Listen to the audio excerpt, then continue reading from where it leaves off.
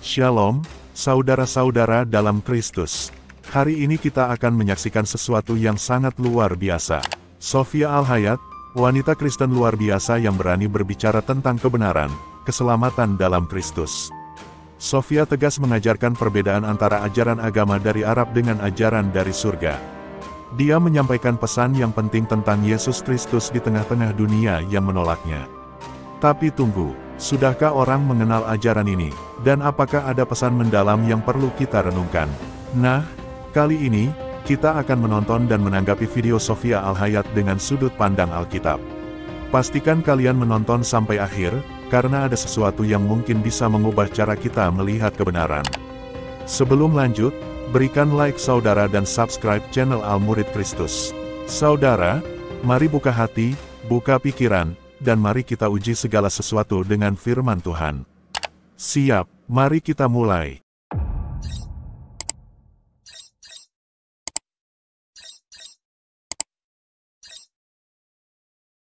Khalid, Muslim Kristen? Muslim, alhamdulillah. Iya. Kalau kamu nggak bisa Kita sudah sering diskusi dari dulu, sudah lama. kamu cari dulu. Baru kelihatan wajah Bu Sophie. Kalau kamu nggak bisa open cam, saya nggak mau. Ya, harus yang bisa open cam. Coba kita lihat. Open cam ya, teman-teman, naik ke kamar saya. Ini tuntutan kalian, jadi kalian jangan pengecut.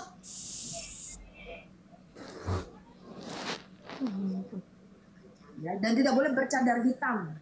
Pengecualian saya untuk yang teman Kristen. Kalau nggak open cam, saya kasih satu pertanyaan cuma satu. Tris lah, Kristen Muslim, ini juga belum bisa open. Kristen. Kita hanya kasih kamu satu kesempatan untuk bertanya satu aja ya, karena kamu nggak bisa open cam, oke?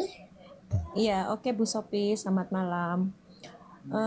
Saya merasa bersyukur, puji Tuhan, saya mengerti bahwa Allah itu siapa, Yesus itu siapa, Roh Kudus itu siapa setelah saya mengikuti room-room apologe seperti Agatha, terus sama Ibu juga. Yang menjadi pertanyaan saya begini ya Bu, bagaimana caranya kita hidup yang benar dan bisa menyatu dengan Allah kita yang adalah Sang Terang itu Bu, itu aja Bu. Kalau masalah dasar-dasar, puji Tuhan saya sudah mengerti Bu.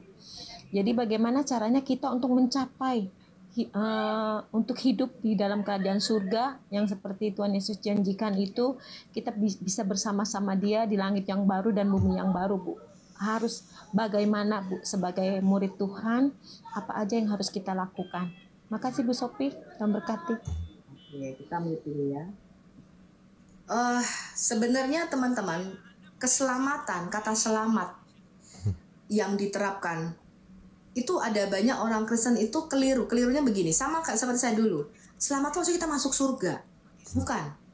Keselamatan yang Tuhan janjikan itu artinya totalitas daripada kita menjadi ciptaan baru yang utuh. Di mana roh kita itu dilahirkan kembali, karena roh kita itu sudah mati ketika kita terpisah dari Allah, kita nggak bisa connect sama Tuhan. Ya, jiwa kita yang rusak ini, ya, pikiran kita rusak, kehendak kita itu egois, ya. Aku pengen aku yang dipuji-puji, aku yang terkenal. Itu rusak. Berkata apa? Belajarlah kepadaku karena aku lemah lembut dan rendah hati. Apa yang kita lakukan? Belajar. Yesus kan berkata, jadikanlah semua bangsa muridku. Nah, ada banyak orang Kristen itu tidak menjadi murid Tuhan. Tidak menjadi murid Kristus. Dan kita nggak mau ngikuti guru kita. Ya, teladan kita. Tapi kita mau mengikuti ritualnya. Jadi yang Yesus mau ajarkan itu adalah supaya kita tuh berubah pikiranmu. Mindsetmu itu dirubah. Jiwa kita tuh dibaharui terus-menerus dengan cara apa? Firman Tuhan. Jiwa itu nggak bisa nggak lain hanya dengan firman. Bagaimana caranya kita menyembah Bapa? Di dalam roh dan kebenaran.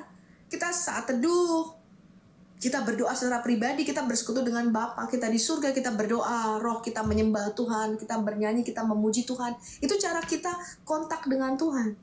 Lalu bagaimana jiwa kita dibaharui? Baca firman.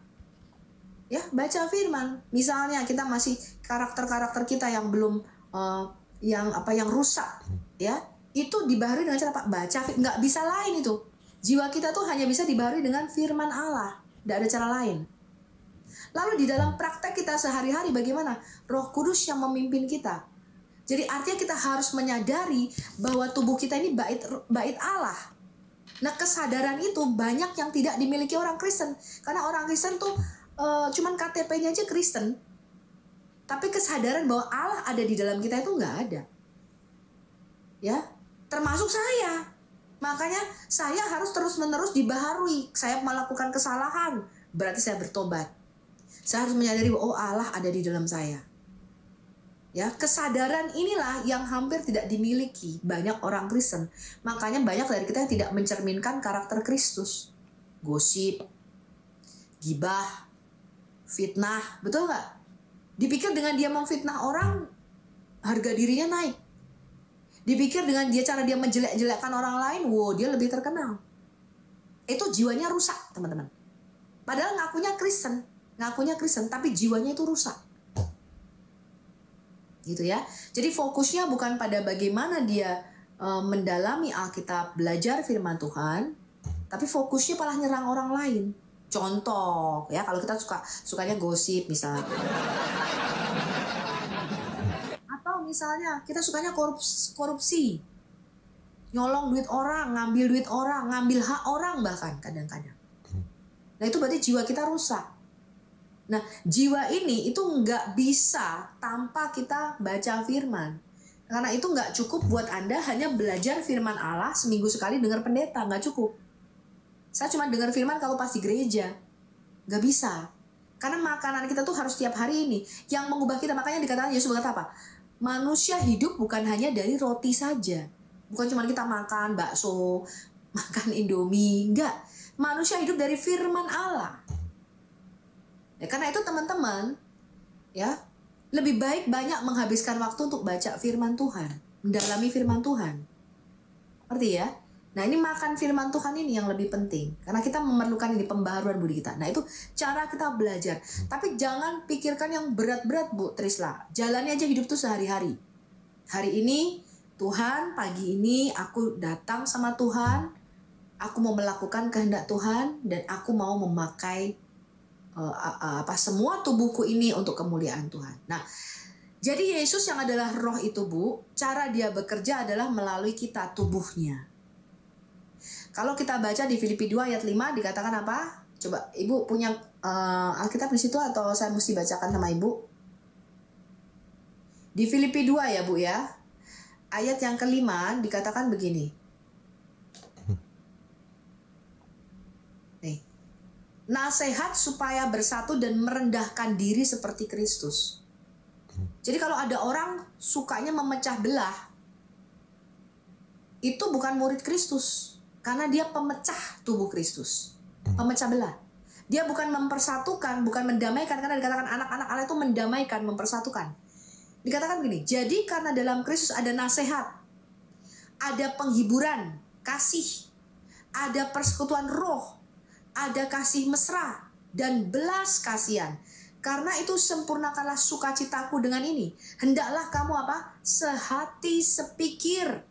Dalam satu kasih, satu jiwa, satu tujuan, dengan tidak mencari kepentingan sendiri atau puji-pujian yang sia-sia. Ada banyak orang ketika, terutama kalau di TikTok ya atau di YouTube, mereka tuh mencari kepentingan diri sendiri, ya, supaya subscribernya nambah, macam-macam lah motivasinya. Saya nggak usah ngomong. Yaitu Anda sendiri yang bisa menguji diri Anda sama Tuhan. Dan apa? Puji-pujian yang sia-sia. Supaya dipuji-puji orang. Itu banyak yang kayak gitu, ya. Tapi dikatakan, ini nasihat Rasul Paulus, sebaliknya, hendaklah dengan rendah hati yang seorang menganggap yang lain lebih utama daripada dirinya sendiri. Dan janganlah tiap-tiap orang hanya memperhatikan kepentingannya sendiri, tetapi kepentingan orang lain juga. Nah, ini yang penting ayat 5-nya nih. Hendaklah kamu dalam hidupmu bersama menaruh pikiran dan perasaan yang terdapat juga dalam Kristus Yesus. Jadi pikiran dan perasaan kita, tadi jiwa kita, ini harus dibaharui seperti prototipe manusia baru kita, yaitu Yesus Kristus, Adam yang kedua. Paham, Bu? Kita harus menaruh pikiran dan perasaan yang terdapat dalam Kristus Yesus. Bukan mencari kepentingan diri sendiri dan puji-pujian yang sia-sia. Gitu. Ngerti ya Bu ya? Ya, ngerti Bu. Udah ngerti ya Bu penjelasannya. Boleh satu lagi nggak Bu? Ini soalnya kan keluarga saya masih banyak belum percaya Tuhan Yesus ya Bu. Kebetulan saya dari keturunan Chinese ya. Terus pernah satu ketika saya bilang, ayo ke gereja, ikut Tuhan aku. Alah, orang hidup tuh nggak usah agama-agama banget lah, katanya. Yang penting gue hidup benar, nggak buat dosa. Itu tuh kita untuk Dulu saya juga ngasih, begitu sama. iya, ngasih penjelasan. Maksudnya kita biar ngasih penjelasan, maksudnya ke orang itu, ke saudara saya itu, saya harus ngomong apa ya Bu gitu. Dia selalu ngomong, alah yang penting gue hidup benar, gue nggak ngapa-ngapain kok, gue nggak buat dosa, nggak apa, katanya. Masalah surga neraka itu nantilah.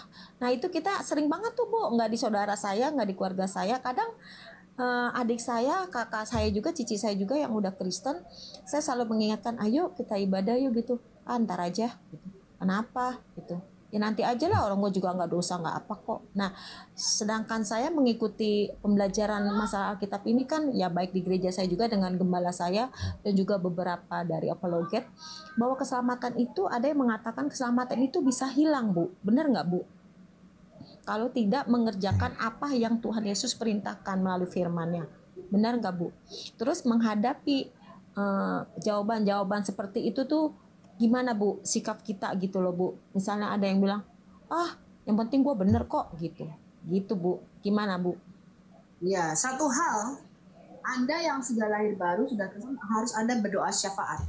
Anda menjadi pensyafaat. Jadi bawa nama-nama mereka di hadapan Tuhan. Itu satu dulu. Kenapa? Karena ini banyak teman-teman Kristen salah mengerti ya. Yang memberi mereka pertobatan itu bukan kita. Kita nggak bisa mengerjakan keselamatan. Keselamatan itu dikerjakan Roh Kudus. Dikatakan di dalam Alkitab kita bahwa mereka tidak bisa memanggil Yesus itu Tuhan. Kita tidak bisa mengakui Yesus sebagai Tuhan dan Allah sebagai Bapa kita kalau Roh Kudus tidak bekerja di dalam kita. Nah, bagaimana Roh Kudus bekerja di dalam kita kalau kita nggak ada yang mendoakan? Jadi kalau saya dulu, saya doakan tuh saudara-saudara saya, orang tua saya, semua saya bawa nama-namanya di hadapan Tuhan. Lebih dari setahun saya doakan itu. Iya Bu. Itu yang pertama. Nah, ada banyak orang pengen nginjilin tapi nggak doa.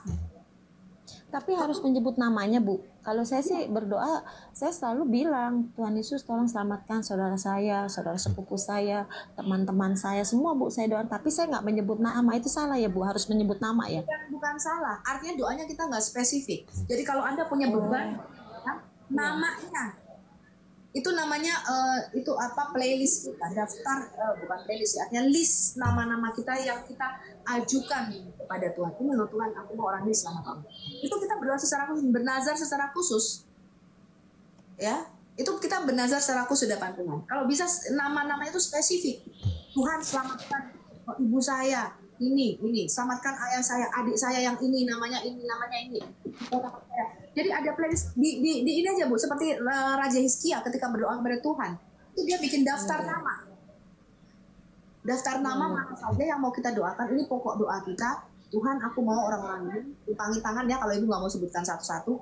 Tuhan, ini daftar nama yang aku mau Tuhan jamah hidup mereka, Tuhan selamatkan mereka. Itu butuh waktu, nggak gampang. Nah, ketika kita sudah berdoa, nanti dengan cara apa? Dengan mereka melihat hidup kita aja berubah. Kita menjadi teladan aja dulu. Karena banyak ngomong itu nggak guna kalau mereka nggak melihat hidup kita. Nah, dua itu kita lakukan aja dulu.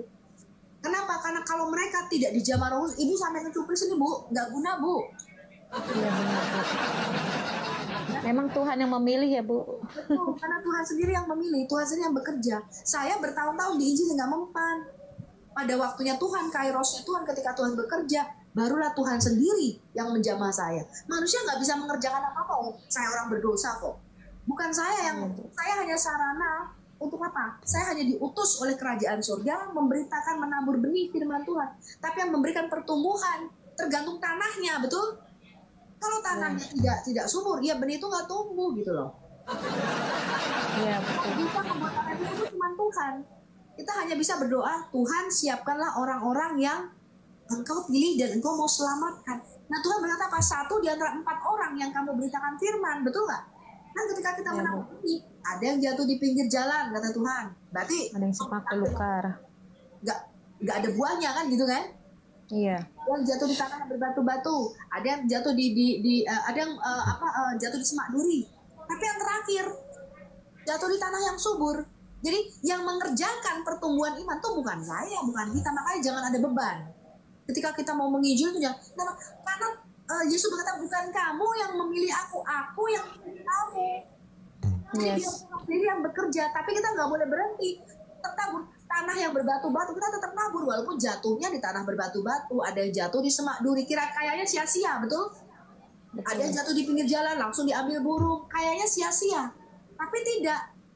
Ya, karena itu tugas kita cuma nabur aja, yang memberikan pertumbuhan, yang menjamah mereka, yang bisa membuat tanah ini subur ke tempat yang tepat itu hanya Tuhan. Jangan jadi beban. Nah, kalau saya sarankan seperti yang saya lakukan dulu adalah apa? Bawa nama ini ke hadapan Tuhan. Saya dulu begitu. Ya, bawa nama teman-teman kita, bawa nama saudara-saudara kita di hadapan Tuhan. Ya, oke Bu, ngerti Bu. Gitu. Jadi ibu mau ngoceh apapun nggak bakal mereka dengar, orang belum dijamah Tuhan gitu. Iya benar Bu, benar Bu, sampai doer Bu rasanya, sampai kadang-kadang kalau saya sih ya puji Tuhan ya Bu, setelah saya lebih dekat lagi sama Tuhan, kita bisa mengendalikan diri. Saya paling ya udah saya senyum aja tuh, saya tinggal, saya nggak mau perpanjang lagi. Terus Bu Sophie, sekali lagi nih ya, satu lagi nih Bu Sophie, ini dilema dalam hidup saya. Jujur, kalau secara pendapatan suami saya sebenarnya kurang ya untuk kebutuhan sehari-hari ya. Tapi saya juga tidak menghilangkan berkat, ada yang lain dari saya pribadi. Saya dilema masalah perpuluhan ini loh Bu. Karena dari apologet dan juga jujur dari gereja kami kok beda-beda gitu loh Bu pengertiannya. Supaya saya tidak salah dalam menyikapi masalah perpuluhan ini gimana Bu? Maaf ya, ini mungkin udah sering dipertanyakan, tapi saya mau mendengar dari Bu Sophie sendiri Bu. Terima kasih Bu. Perpuluhan itu adalah suatu raja yang memberikan persembahan kepada raja yang lain. Jadi ada banyak orang menggunakan Maliaki 3:10 gitu ya. Lalu iya betul. Nanti kalau nggak kasih perpuluhan masuk neraka. Bukan itu masalahnya. Ya, mindset kita itu harus benar dulu. Ketika kita melakukan satu ritual apapun, baptisan kah, menerima komuni perjanjian, bahkan Alkitab mengatakan kamu menerima perjanjian, makan tubuh dan darah Kristus dengan cara yang tidak layak, kita nggak sadar, kita cuma nih pikir kita makan roti yang anggur doang nih.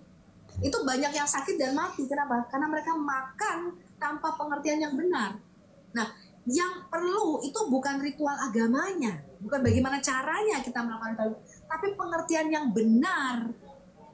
Ya, makanya dulu kalau ibu baca bangsa Israel itu kan selalu mempersembahkan anak domba tuh sebagai korban tebusan dan korban penebusan. Yeah. Tapi Tuhan bilang apa? Aku tidak berkenan kepada domba-dombamu yang banyak itu. Aku nggak berkenan kepada persembahan. Kenapa? Karena ketika mereka memberikan persembahan, mereka tuh seperti kayak ya udah biasa aja gitu, ritual aja gitu.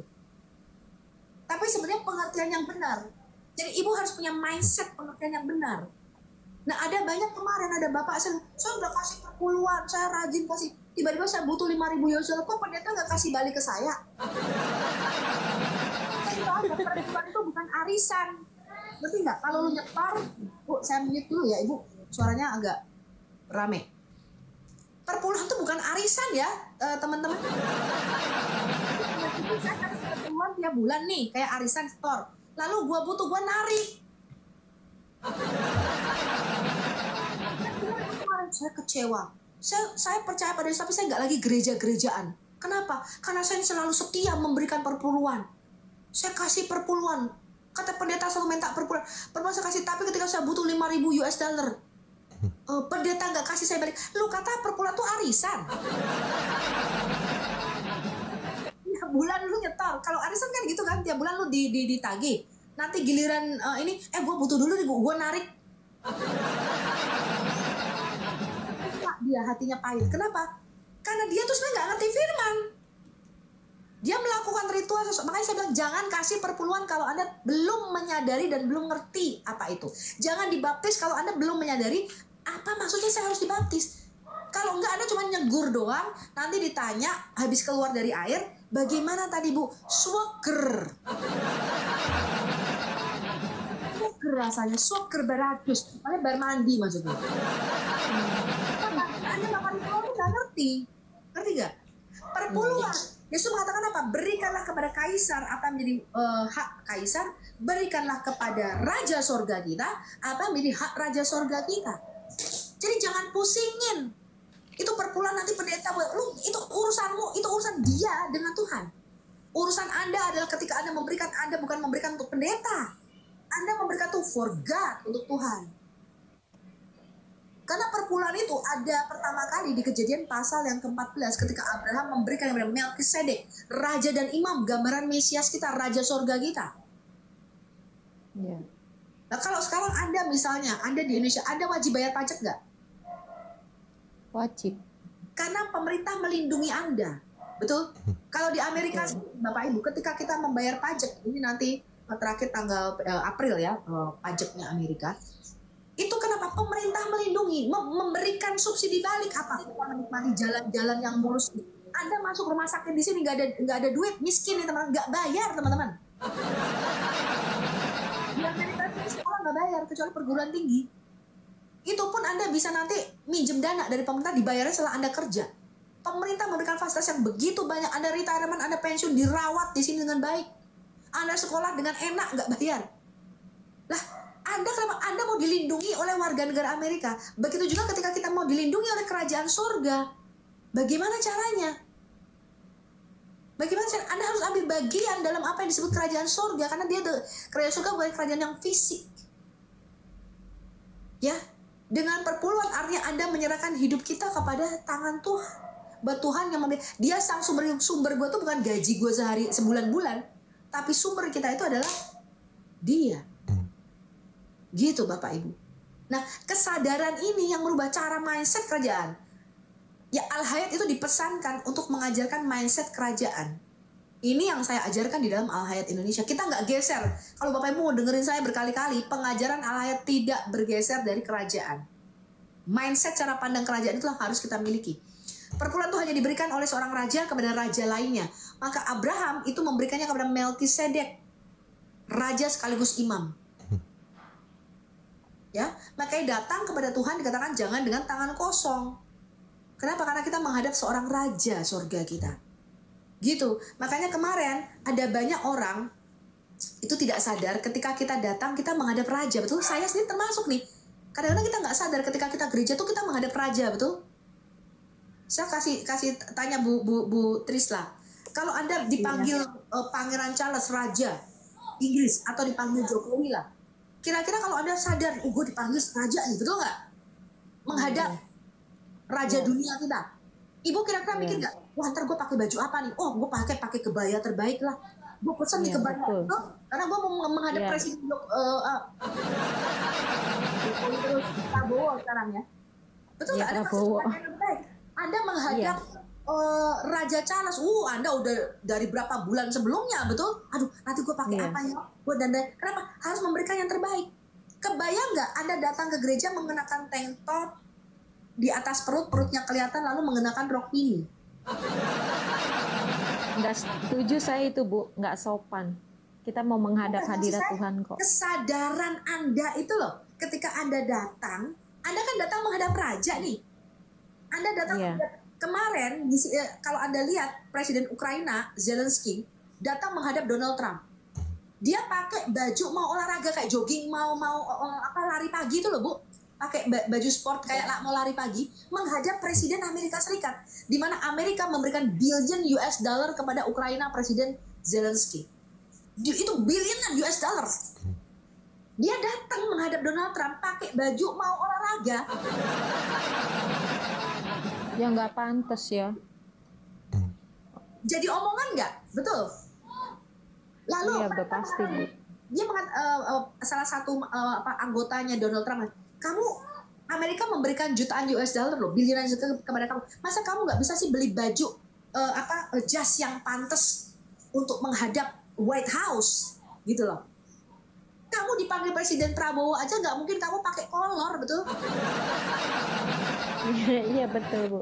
Makanya ada cerita tuh siapa ya, salah satu konglomerat Indonesia. Saya nggak tahu namanya siapa ya, nanti takut kalau nyebut nama saya salah ya. Saya pernah baca ceritanya. Dia ditampar oleh jenderal, salah satu, bukan jenderal, dia belum jenderal, pangkatnya masih nggak terlalu tinggi. pada waktu menghadap Pak Harto. Karena Pak dia ini ada mata Lim Sulong mungkin benar ya. Dia datang menghadap Pak Harto pakai celana pendek.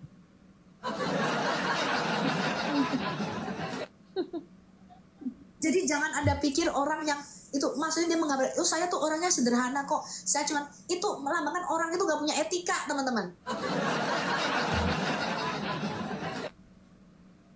Nggak menghargai diri sendiri ya Bu kalau begitu.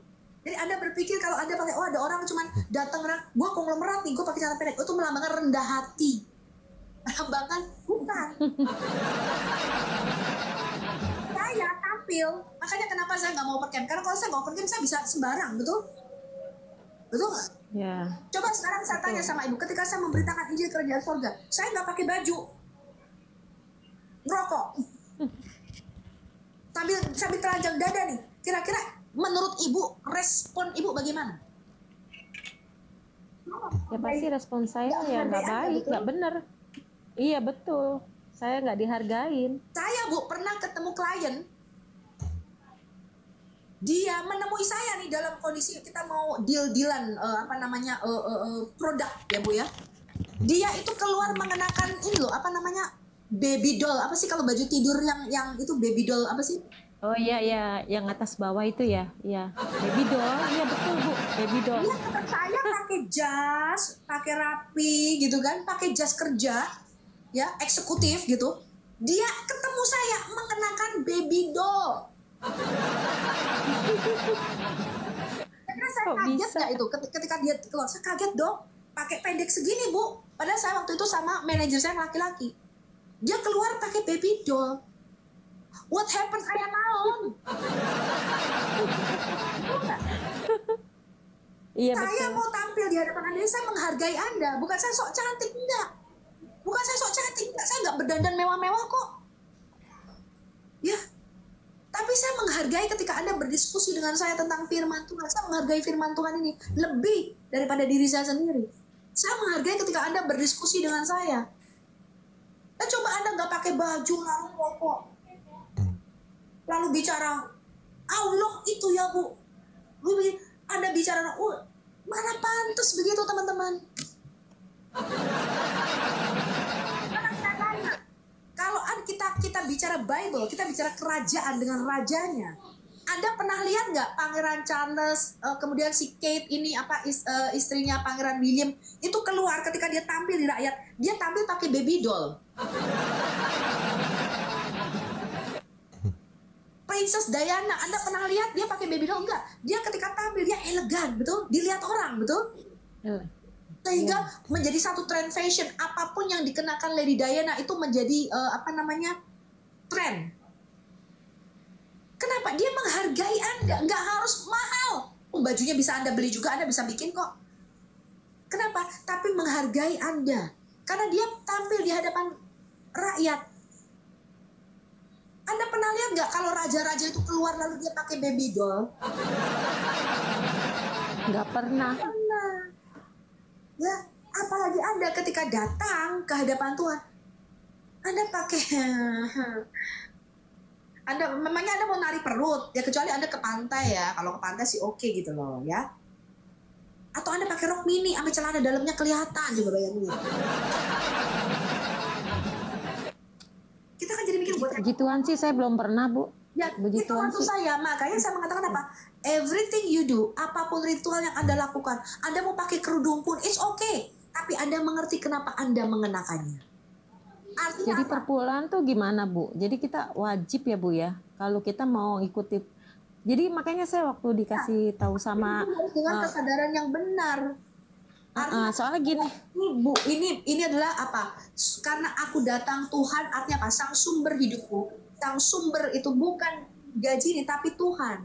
Maka aku menyerahkan segala sesuatu kepada Tuhan. Itu kesadaran dulu baru dimiliki. Jangan kasih dulu kalau ibu nggak memahami betul, tidak menyadari betul. Nanti ibu hanya akan ritual-ritual, ibu akan kecewa.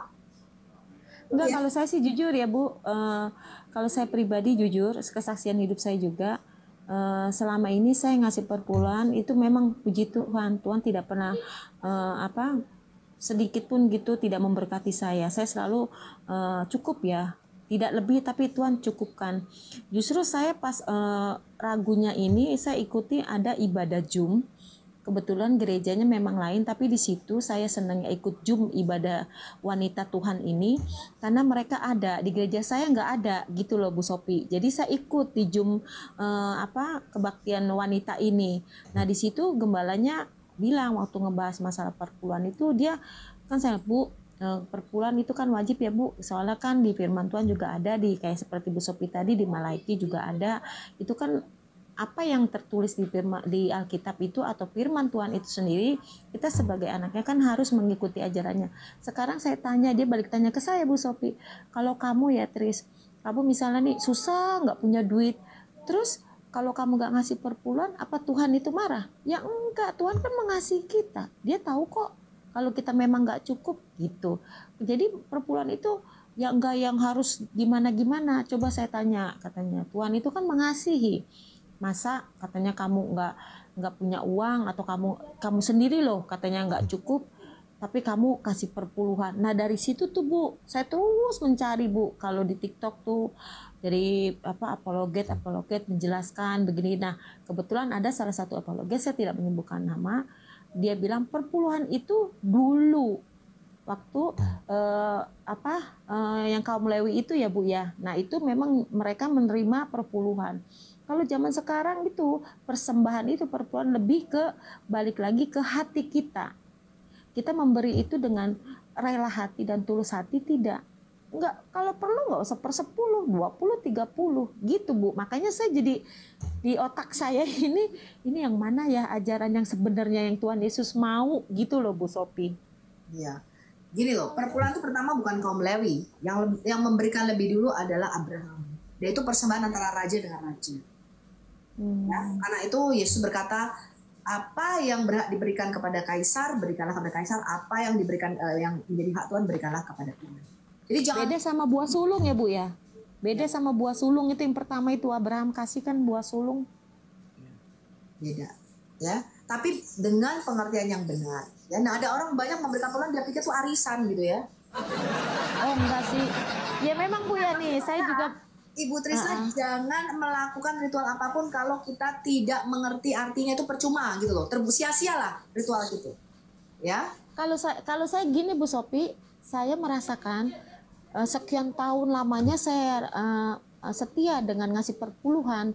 Saya kan memang orang berdagang ya, jadi nggak saya bilang Tuhan ampuni saya kekurangan saya tidak mengerti untungan sekian-sekian, tapi saya rindu ingin memberi Tuhan. Tapi memang puji Tuhan Bu, ya berkat-berkat itu ada terus gitu kan, nggak mungkin saya nyata segini-gini Tuhan lebih tahu gitu. Jadi ya itu tadi kata Bu Sophie, yang penting kan hati kita ya Bu ya, maksudnya dalam memberi ya, dalam hal apapun gitu. Jadi makanya saya kadang ya itu, aduh ngasih perpuluhan enggak, tapi saya lagi banyak ini, Tuhan ampuni saya gitu. Saya sebenarnya pengen Bu ngasih perpuluhan karena saya yaitu saya tahu firman Tuhan kan ada di Malaiki itu ada, terus perjanjian baru juga kan ada waktu itu yang bertanya apakah kan Yesus menjawab ya menjadi haknya, yaitu seperti Ibu bilang tadi pemerintahan kayak itu. Nah itu kita harus memberi, memang kewajiban kita.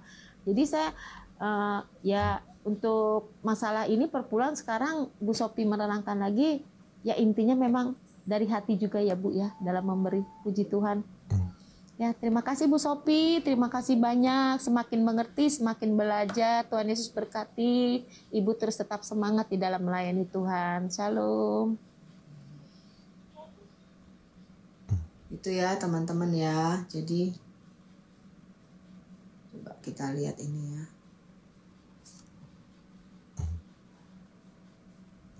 Oh, ini yang kemarin nih kayaknya. Yang muslim nggak ada nih yang kemarin. Gabung on cam apa nggak usah ya? Open cam dong Pak. On cam apa nggak usah? Open cam. Bapak muslim On Kristen. cam. Bapak Kristen yang kemarin. Iya, sebenarnya saya mau diskusi sama muslim nih Pak. Kristen mau. Iya, saya mau diskusi sama muslim sebenarnya Pak. Satu pertanyaan aja ya Oh Pak iya, ya. aku mau nanya satu aja. Ini bener-bener satu loh, nggak lebih. Tanya sekarang tanya lagi. Satu aja. Ya. ajarin aku biar aku selamat. Dah itu aja. Yang ngajarin bukan saya, Pak, Roh Kudus. Jadi Bapak bisa Tapi kan diselamatkan. ada perintah-perintahnya gitu. Bapak baca Alkitab nggak sebagai Kristen? Baca. Nah, terus kok Bapak Tapi masih udah lama enggak. ngajarin saya? Kan firman Tuhan sendiri Loh, yang sudah memberikan jalan bagaimana caranya kita diselamatkan. Selamat itu maksud Bapak apa sih? Saya nggak ngerti. Coba kita definisikan dulu kata selamat itu. Dalam pengertian Pak Transporter tuh, Bapak bilang ajarin aku selamat tuh masih selamat yang gimana tuh? dalam pengertian aku begini loh. Selamat. Itu kan ada kematian kekal, ada kehidupan kekal. Supaya aku melewatin ini, aku mencapai kehidupan kekal gitu loh. Selamat. Syaratnya Selamatan. kan ya, lahir kembali. Tanpa kelahiran baru menjadi ciptaan yang baru kita nggak bisa masuk ke dalam langit yang baru dan bumi yang baru. Gitu. Jadi keselamatan Ya. kalau kita masuk surga, keselamatannya dibaharui menjadi ciptaan yang baru itu maksudnya keselamatan. Gitu. Terus Iya, setelah Bapak menjadi manusia baru, artinya menanggalkan dosa-dosa kita, menanggalkan manusia lama kita, berarti berubah oleh pembaruan budi kita, betul? Dulu suka judi, Betul. dulu suka mabuk, sekarang nggak lagi. Itu namanya lahir kembali. kalau diulangin lagi, Maksudnya diulangi lagi? mabuk lagi, judi lagi. Ya. Bertobat lagi gitu. Boleh. Boleh. Ya nggak boleh dong, Pak. Emang ada orang Kristen yang mengajarkan begitu? Emang ada pendeta yang ngajarin Bapak begitu? Habis jadi Kristen lalu boleh mabuk, boleh judi, boleh apa mencuri, boleh berzina gitu maksudnya? Ada yang ngajarin itu kan enggak? Enggak, tapi kan manusia ini kan selalu dekat dengan dosa, selalu sering. Enggak. Karena Alkitab mengatakan barang siapa yang menerima Yesus itu diberi kuasa, artinya ada Roh Kudus di dalamnya. Berarti Ya. kalau dia belum ada yang mengingatkan, dia masih jatuh bangun di dalam dosa-dosanya, berarti ini hubungan dengan Tuhan ini harus diperbaiki lagi. Karena nggak mungkin ketika roh Allah di dalam kita menjadi ciptaan yang baru, kemudian kita pengennya judi, pengennya itu nggak mungkin karena roh Allah itu tidak pernah mendorong kita untuk ke arah maksiat, Pak. Kalau roh Allah ada di dalam kita, Roh Kudus itu justru akan mendorong kita untuk apa? Belajar Alkitab. Saya dulu waktu pertama kali menerima roh Allah di dalam hidup saya baca Alkitab nggak bisa berhenti loh. Saya berdoa nggak bisa berhenti. Berdoanya berjam-jam. Jadi nggak mungkin Pak, roh Allah ketika ada di dalam kita, ketika kita lahir baru, kita diberi kuasa, ada roh Allah di dalam kita, nggak mungkin roh Allah tuh mendorong kita untuk berbuat maksiat, itu sudah impossible itu. Aku dulu udah dibaptis, aku udah terima Yesus, habis itu aku berbuat dosa lagi, habis itu aku bertobat lagi, aku berbuat dosa lagi. Iya, Mungkin. Itu berarti Diterima nggak itu? Itu berarti Bapak belum menjadi ciptaan kembali, ciptaan baru. jadi apakah aku harus dibaptis lagi? Bukan dibahas lagi. Bapak harus minta supaya roh Allah itu diam di dalam Bapak dan supaya dibaharui pikiran dan perasaan Bapak. Berarti Roh Kudus, Bapak belum dibaptis Roh Kudus. Berarti Roh Kudus belum ada. Karena nggak mungkin kalau roh Allah ada di dalam kita, mungkin nggak roh Allah bilang menuntun kita, kamu ngerokok, kamu judi. Nggak mungkin. Itu mungkin dulu. Pasti roh Allah akan memimpin kita. Dikatakan jika roh Allah ada di dalam kamu, dia akan mengajar kamu dan memimpin kamu dan memimpin kebenaran. Jadi tandanya orang kalau dia masih didorong untuk berbuat jahat, berbuat maksiat, berarti roh Allah nggak ada di dalam dirinya, Pak. Berarti Anda nggak Nah, dipengaruhi. begitu kayak mana jadinya? Maksudnya kayak mana? Kayak begitu tadi.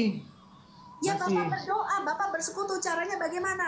Minta berdoa, bersekutu, baca firman Allah supaya akal budi kita dibaharui. Gak mungkin kalau roh Allah ada di dalam kita, tidak mungkin roh Allah itu mendorong kita untuk mabuk, judi, main cewek. Itu sudah impossible itu, Pak. Karena Alkitab Yesus berkata begini, jikalau roh Allah ada di dalam kamu, dia akan memimpin kamu dalam seluruh kebenaran. Ketika kita menjadikan Kudus itu Tuhan di dalam hidup kita, dia menjadi raja, pemimpin kita, maka Roh Allah itu akan memimpin kita dalam seluruh kebenaran. Gak mungkin Roh Kudus nyuruh kamu itu berbuat maksiat. Umpamanya orang yang berbuat dosa tadi tuh, terus kemana dia? Ke neraka gitu ya, dihukum. Berarti belum lahir baru, Pak. Dan orang yang tidak lahir baru tidak bisa masuk. Enggak, umpamanya kalau ya, iya, ya kalau orang nggak lahir kedua, baru itu kemana dia? Kalau tidak kehidupan kekal berarti kematian kekal. Kematian kekal kemana, Pak? Kematian kekal kemana? Di dalam Alkitab. Mati aja. Enggak, Mati ada aja. kematian kedua. Bapak baca Wahyu Hah. 19, coba Bapak baca. Alkitabnya kecil. Ya makanya nampak. yang gede dong, Pak. Itulah sebabnya ketika Bapak kecil Bapak nggak baca.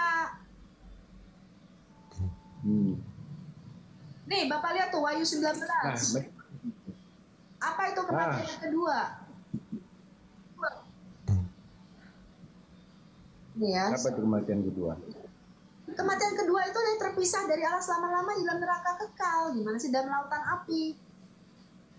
Sorry, Wahyu 20 Lautan ayat api. 14, sorry, Wahyu 20. Lalu maut dan kerajaan maut itu dilemparkan ke dalam lautan api. Itulah kematian yang kedua. Kematian kedua itu selama-lamanya terpisah dari Allah tanpa pengharapan dan tanpa sang sumber hidup itu. Oh gitu ya? Ngeri ya? Ada dua kematian. Makanya Alkitab berkata di dalam Yohanes 3 tadi, kalau Bapak cuma lahir sekali dari bapakmu cuma Adam aja, kamu akan mati 2 kali. Kamu mati secara jasmani, nanti kamu akan masuk dalam kematian kedua, yaitu terpisah dari Allah selama-lamanya. Tapi kalau kamu lahir 2 kali, kamu harus lahir dari bapakmu Yesus, Adam kita yang kedua, maka kamu hanya akan mengalami 1 kali kematian. Kita hanya akan mati secara jasmani, tapi kita akan masuk dalam kehidupan kekal, yaitu apa? Bersama-sama dengan Allah di langit yang baru dan di bumi yang baru. Itu kehidupan. Katanya dengan kita menerima Yesus kita akan diselamatkan.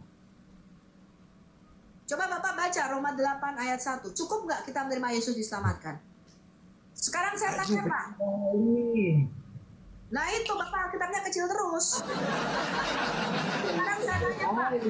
Ada banyak orang, termasuk kita ya teman-teman, menerima Yesus sebagai Tuhan dan Juru Selamat itu artinya apa, Pak? Pak, Yesus sebagai Tuhan itu artinya apa? Sebagai Tuhan dan Raja di hidup itu maksudnya apa? Yesus sebagai Tuhan. Tahu nggak artinya? Nah itu, Tuhan itu artinya Bapak tuh budaknya, hambanya. Apapun yang Yesus katakan Bapak harus ikuti. Jadi ketika Bapak bilang saya percaya Yesus Tuhan, loh Tuhan tuh maksudnya Bapak pencipta kan gitu. Yesus menjadikan Yesus sebagai Tuhan. Ini kan berkali-kali Bang Edis dan saya juga ngajarin kepada tubuh Kristus. Menjadikan Yesus sebagai Tuhan, itu maksudnya dia itu penguasa tunggal di dalam hidup kita.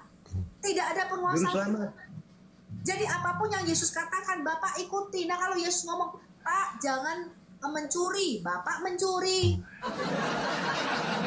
Makanya Yesus berkata apa? Begini Pak, Pak dengar saya. Makanya Yesus di dalam Matius 7, Yesus berkata apa? Tidak semua orang yang berseru kepadaku Tuhan, Tuhan akan masuk dalam kerajaan surga. Ya betul. Kenapa? Karena Terus yang aneh itu, aku kan percaya Tuhan Yesus, tapi nggak melakukan kehendaknya. Di perjanjian baru begini loh kata-katanya. Tuhan, Tuhan, kami kan begini demi namamu, kami kan begini demi namamu katanya kan. Terus jawaban Tuhan itu apa katanya? Pergilah kau sekalian pembuat kejahatan katanya. Kenapa menurut Bapak kira-kira dibilang enyahlah engkau pembuat kejahatan? Menurut Bapak kenapa Yesus ngomong begitu? Apakah itu yang bukan itu yang dibilang itu nabi-nabi palsu itu gitu atau Iya, pengajar palsu, nabi palsu itu termasuk kita, Pak. Ketika menjadikan Yesus sebagai Tuhan itu maksudnya dia mengendalikan hidup kita. Maksudnya kita menyerahkan hidup kita, pikiran kita, kehendak kita, perasaan kita kepada Dia. Mesias itu pemimpin kita, satu-satunya pemimpin kita pada hidup. Ini loh teladan Yesus, Pak. Yesus sebagai manusia dia punya kehendak bebas. Tapi ketika dia di Taman di Eden, Yesus kan berkata, Bapa, sekiranya mungkin lalukanlah cawan ini daripadaku. tapi bukan kehendakku, melainkan kehendakmu. Ngerti nggak Pak? Jadi kita menyerahkan kehendak kita. Saya punya keinginan. Oh saya pengen ini, saya pengen ini. Tapi kalau itu keinginan kita tidak disubmit, tidak diletakkan di bawah Kristus, artinya Kristus tidak menjadi Tuhan. Dia menjadi Tuhan omong doang. Cuma di mulut doang kita bicara, oh Yesus itu Tuhan, Tuhan. Kamu orang Kristen ya? Ya. Tuhannya Yesus ya? Ya. Tapi tetap judi, tetap mabuk, tetap main cewek, tetap korupsi. Gimana? Nggak bisa Pak. Yesus Tuhan itu maksudnya ya Berat ya. apa yang Yesus katakan ya kita ikuti gitu loh Pak. Roma Kalau 8 mabuk nggak boleh? 1. Nih Roma 8 ayat 1 Mabuk juga tadi. nggak boleh. Roma 8 ayat 1 kalau Bapak baca dalam bahasa Inggrisnya dikatakan nih, sekarang tidak ada lagi penghukuman bagi siapa yang ada di dalam Kristus Yesus. Betul, kita tidak akan lagi dihukum. Tetapi bagi mereka yang tidak berjalan di dalam daging melainkan di dalam roh. Nggak berhenti sampai di situ. Gitu loh Pak. Saya tanya sama Terus? Bapak, contohnya saya tanya sama Bapak punya asuransi nggak? Enggak. Kalau Bapak punya asuransi contoh, Bapak kan dijanjiin, oh nanti kamu akan dibayar nanti kalau meninggal kamu akan diberikan uang pertanggungan, gitu. Ya. Tapi Bapak udah dikasih jaminan nih, udah dikasih jaminan, ada polis asuransinya, betul? Tapi tengah-tengah perjalanan Bapak nggak bayar preminya, kira-kira jaminan itu bisa Bapak klaim nggak? Klaim. Bapak nggak bayar premi, macet, udah 2 tahun bayar premi, tiba-tiba tahun ketiga macet, nggak bayar lagi. Kira-kira ketika Bapak mau mengklaim, keluar nggak janji-janjinya itu? Enggak. Enggak, gitu loh Pak. Suruh bayar. Kenapa? Perjalanan kita mengiring, makanya Paulus berkata apa? Kamu yang mulai dari roh, jangan kamu mengakhiri pertandinganmu dengan daging. Itu sia-sia karena kamu sudah memulai dengan sesuatu yang baik. Jangan kamu mengakhirinya dengan sesuatu yang tidak baik. Sama tadi Pak, Anda nggak bayar preminya tengah jalan, gue nggak mau nggak ikut Tuhan Yesus lagi, gue berhenti ke gereja. Kenapa? Karena tadi dia pikir gue udah kasih perpuluhan dipikir arisan, gitu kan? Tiap bulan dia setor, nanti dia butuh dia narik. Mindsetnya pikirannya keliru. Nggak bisa. Jadi untuk jadi selamat itu susah ya, biar kita selamat. Bukan, karena Yesus berkata di dalam kitab Wahyu, kalau Bapak baca, barang siapa menang sampai akhir, betul nggak Pak? Iya. Terus kan itu kan katanya gini lagi ya. Jadikanlah seluruh sampai apa ya? Jadikanlah seluruh jadi umatku itu gitu loh. Kan kita disuruh menginjil juga itu ya. Maksudnya gitu ya. Bukan menginjil Pak, tapi memberitakan kabar baik. Menyebarkan apa ya? Memberitakan kabar baik. Ya.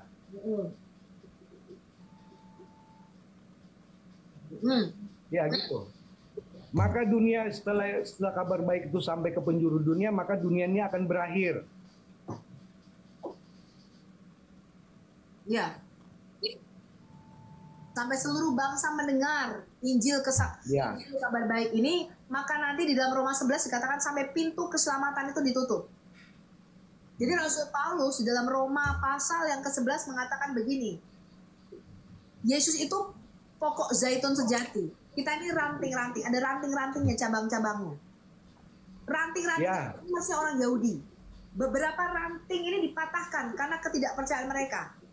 Orang Yahudi ada yang nggak percaya dia Mesias, pokok zaitun, dipatahkan sama Tuhan supaya kita dari bangsa lain ini, orang yang tidak bersunat, yang disebut orang yang jauh, itu dicangkokkan, ditanam, makan daripada pokok zaitun sejati, dijadikan satu dengan imannya orang Yahudi, dicangkokkan ke dalam pokok zaitun sejati. Itu kata Rasul Paulus. Sampai apa? Dikatakan apa? Sampai jumlah yang genap. Ketika Tuhan melihat, oh ini sudah genap, semua bangsa sudah ada yang mewakili di hadapan Allah. Karena dikatakan Mesias itu 144.000 ya? Bukan 144 ribu itu orang Yahudi. Yang lain itu dari bangsa-bangsa lain. Semua bangsa akan datang sujud menyembah. Genap itu tercukupi, maka pintu keselamatan itu akan ditutup. Gak akan ada. Itu ranting yang kering itu maksudnya apa ya? Ranting yang kering. Ya ranting itu maksudnya orang Yahudi yang tidak percaya kepada Yesus. Dibuang, dipatahkan. Ya. Serem ya. Jadi ranting yang kering. Iya, makanya Jangan kita jadi. di luar Yesus kita nggak bisa hidup kita sendiri, Pak. Hidup kita itu Terus bukan dari sustain dari diri kita sendiri, tapi kita harus nempel pada pokok anggur. Yesus itu yang memberi kita sumber hidup kekal, bukan dari kita sendiri. Sumber hidup kekal itu di mana? nanti dong di langit yang baru dan bumi yang baru. Setelah tubuh kita dibangkitkan. Ini kan sekarang kita memiliki tubuh yang fana, betul? Kita dikatakan kita tuh bersekutu dengan Adam, bapak kita tuh Adam. Kita dilahirkan dari benihnya Adam. Kita memiliki tubuh yang fana. Nanti kita akan memiliki tubuh yang sama dengan yang dimiliki oleh Adam yang kedua. Dalam kehidupan kekal, maka dikatakan nanti nggak ada lagi air mata, tidak akan lagi duka cita, gitu Pak ya. Jadi kehidupan kekal itu di surga apa di bumi? Di bumi dong, gimana sih Bapak ini? Di bumi. Dan di surga. Manusia tidak diciptakan ke surga Pak. Jadi yang di surga siapa? Makhluk roh. Namanya anak-anak Yesus Tuhan. dengan 144 ribu orang itu. Bukan, 144.000 itu saja seperti nanti. Itu angka yang melambangkan suatu keselamatan bagi orang Yahudi. Jangan dipikir 144.000 itu benar-benar jumlahnya 144.000, enggak. Itu yang mewakili bangsa Israel. Bangsa Israel. Tapi bagi kita bangsa-bangsa ada jumlah yang tidak terhitung. Bapak baca tuh di dalam kitab Wahyu. Ada sejumlah besar orang yang tidak bisa terhitung banyaknya. Dari segala suku, kaum, lidah, bangsa, dan bahasa yang berdiri di hadapan tahta Allah dan anak domba itu. Gitu ya. Jadi Bapak jangan menghitung mikirin 144.000 itu bukan urusan kita, itu urusan Tuhan yang panggil. Yang perlu Bapak pikirkan adalah bagaimana kita dibaharui akal budi kita. Ini tugas kita. Ketika Bapak menerima Yesus sebagai Tuhan dan Juru Selamat, Bapak minta sama Tuhan, penuhi aku dengan Roh Kudus-Mu. Supaya Roh Kudus bekerja dalam hidupku. Ketika aku mau jatuh dalam dosa, aku bertobat. Berikan aku kemampuan Tuhan untuk aku tidak mengulangi dosa. Dosa. Kan itu kan udah dibaptis, aku tuh udah dibaptis tuh ya, dan itu aku bikin dosa lagi. Kalau Bapak nggak bisa, persekutuan itu Bikin dosa pribadi lagi. dengan Tuhan, Pak. Minta sama Tuhan, ngomong, kita ngomong sama teman kita gitu. Tuhan penuhilah aku dengan klaim janji Tuhan yang ada di dalam firman Tuhan ini, Pak. Kan Tuhan berkata dia akan mencurahkan Roh Kudusnya kepada semua manusia. Kalau kamu meminta Roh Kudus, dia akan mencurahkannya. Lah Bapak minta nggak Roh Kudus? Nggak pernah. Aku keseringan gitu loh. Aku seringan gitu loh, jatuh ke dalam dosa terus. Ya karena Habis itu Bapak bertobat lagi. nggak dipenuhi Roh Kudus. Ya itu, Iya itu. sering. Gitu dia. Iya, jadi nggak mungkin Nggak. kalau Roh Kudus ada di dalam kita, nggak mungkin Roh Kudus bilang kamu bermaksiat aja, nggak mungkin. Jadi itulah aku sekarang juga nih masih berdosa, masih belum bertobat lagi. Makanya kita harus, bukan cuma Bapak, saya juga bertobat. Ya kan? Gitu. Gitu ya Pak. Oke. Jadi caranya Ya udah. ada dua, bersekutu dengan Pertanyaannya. dalam doa dan bersekutu dengan firman Tuhan. Baca firman Tuhan, renungkan firman Tuhan, dan lakukan firman Tuhan. Gak ada cara lain Pak. Ya. Kayaknya di bawah tuh udah banyak yang ngantri mau naik. Ya udah aku turun aja dulu. Aku mau pesan. Itu nggak usah diskusi-diskusi sama siapa itu, nggak usah. Nggak usah diskusi-diskusian, nggak ada titik temu gitu loh. Kalau diskusi itu kan punya titik temu. Ini nggak saling gontok-gontokan gitu ya. Gak apa-apa sih, kita Nggak usah. menunjukkan aja itu perbedaan. Kalau saya diskusi dengan Islam, kita nggak usah pusing-pusing karena keselamatan itu karya Roh Allah, bukan karya saya. Keselamatan adalah karya Roh Kudus. Ya. Jadi yang penting adalah bagaimana kita menunjukkan ini loh ajaran Islam, ini loh ajaran Kristus. Gitu. Itulah Anda boleh pilih mau beli tas LV KW apa tas LV asli, Anda boleh pilih kan gitu. Ya. Gitu ya. Mau Pak? selamat, kematian kekal gitu ya. Iya. Mau hidup kekal atau mau mati kekal kan gitu. Oke, ya, shalom Pak. Tuhan berkati. Saudara, kita sudah mendengarkan video dari Sofia Al-Hayat. Ada hal yang perlu kita ketahui, namun banyak orang belum tahu hal ini. Perbedaan antara Islam dan Kristen bukan sekadar masalah ajaran, tetapi menyangkut kebenaran sejati tentang Tuhan dan keselamatan manusia. Kekristenan bukan hanya sebuah agama, tetapi jalan kebenaran yang diberikan langsung oleh Tuhan melalui Yesus Kristus. Pertama, Yesus Kristus, satu-satunya jalan keselamatan. Yesus dengan tegas berkata, "Akulah jalan dan kebenaran dan hidup. Tidak ada seorang pun yang datang kepada Bapa, kalau tidak melalui Aku." Yohanes 14 ayat 6. Ini berarti tidak ada jalan lain untuk mencapai keselamatan selain melalui Yesus. Semua agama lain, termasuk Islam, mengajarkan usaha manusia untuk mencapai Tuhan. Namun, hanya dalam kekristenan Tuhan sendiri turun untuk menyelamatkan manusia. Kedua, keselamatan bukan dari perbuatan, tetapi dari anugerah. Islam mengajarkan bahwa seseorang masuk surga berdasarkan amal perbuatannya. Namun, Alkitab dengan jelas menyatakan, "Sebab karena kasih karunia kamu diselamatkan oleh iman, itu bukan hasil usahamu, tetapi pemberian Allah, bukan hasil pekerjaanmu, jangan ada orang yang memegahkan diri." Efesus 2 ayat 8-9. Keselamatan dalam Kristus bukan hasil usaha manusia, tetapi anugerah Allah. Tidak ada amal, salat, puasa, atau haji yang bisa menghapus dosa. Hanya darah Yesus yang dapat menyucikan manusia dari dosa.